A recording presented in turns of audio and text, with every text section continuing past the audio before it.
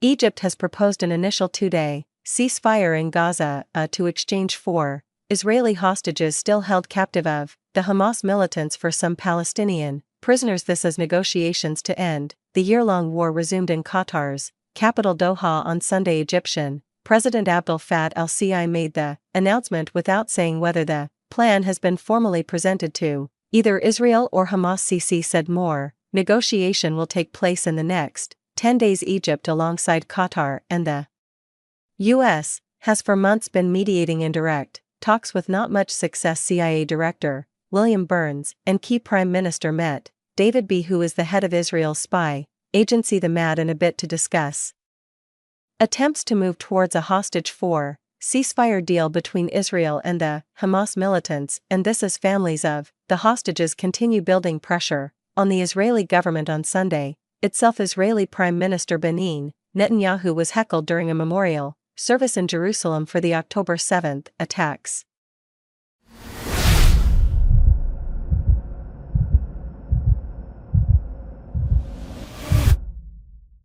The family members of the victims, as well as the hostages, interrupted his speech with shouts of "Shame on you." Meanwhile, Israel continues to pound Gaza, while also fighting a war against Hezbollah in Lebanon. The Gaza Civil Defense Agency said Israel struck a school building sheltering displaced Palestinians on Sunday, killing at least 9 people in total. At least 53 people were killed across Gaza in the last 24 hours, including 46 in the north. On the other hand, at least 21 people were killed in Israeli airstrikes on 3 different areas in southern Lebanon, according to the Lebanese Health Ministry. That is, well, this has global calls for restrained growth. The United Nations Security Council will meet on Monday at Iran's request, with Thean calling on the body to condemn the recent Israeli strikes that killed 4 of its soldiers.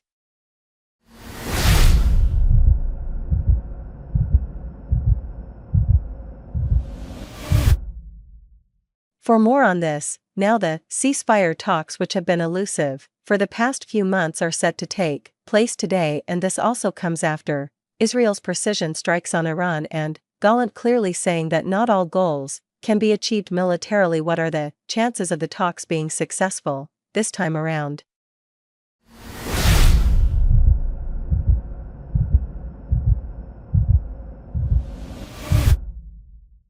Yes, so Egypt has proposed a new deal that involves a 2-day pause in the fighting in exchange for the release of 4 hostages. Now Saudi media have quoted a Hamas official as saying that Hamas would reject Egypt's proposal. Other reports suggest that Hamas would accept if it incorporates a full ceasefire, which is, of course, different from Egypt's proposal. Now the talks have been stalled for some 2 months now. Washington has blamed Hamas head Sina for the stalling of the talks, but now that Sina has been killed, there's this renewed push for a deal. But sticking points still remain. For example, Hamas is still demanding that Israel completely leaves Gaza, but that would leave Hamas in power, which still threatens Israel, and that's unacceptable to Israel. Now, as you said, Defense Minister Galanta said that not all of Israel's war goals can be achieved militarily, and Israel has offered its own proposal, and that is safe passage for Hamas leaders in exchange for Hamas laying down their weapons and releasing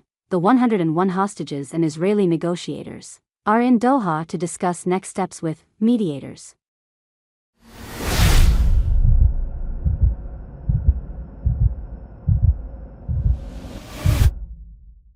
Right, lot of uncertainty on that front. Talk to us more about how Iran Supreme Leader Ayatollah Ali Khamenei has said that Israel's attack should not be downplayed or exaggerated, and news just coming in is that Iran's Guards of Chief has warned Israel of bitter consequences. What does all this mean, and what kind of an impact will Israel's precision strikes over Iran, which took place over the weekend, will have on the ceasefire talks?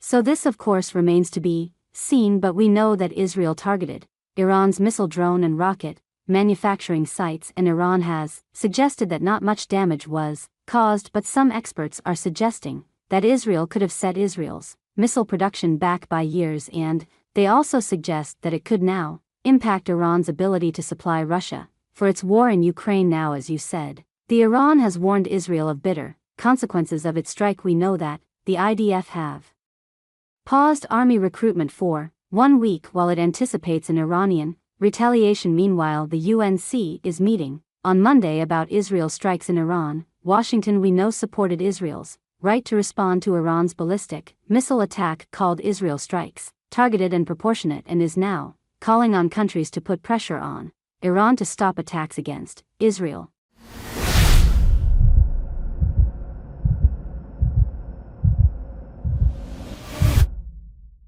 Thanks for watching this video.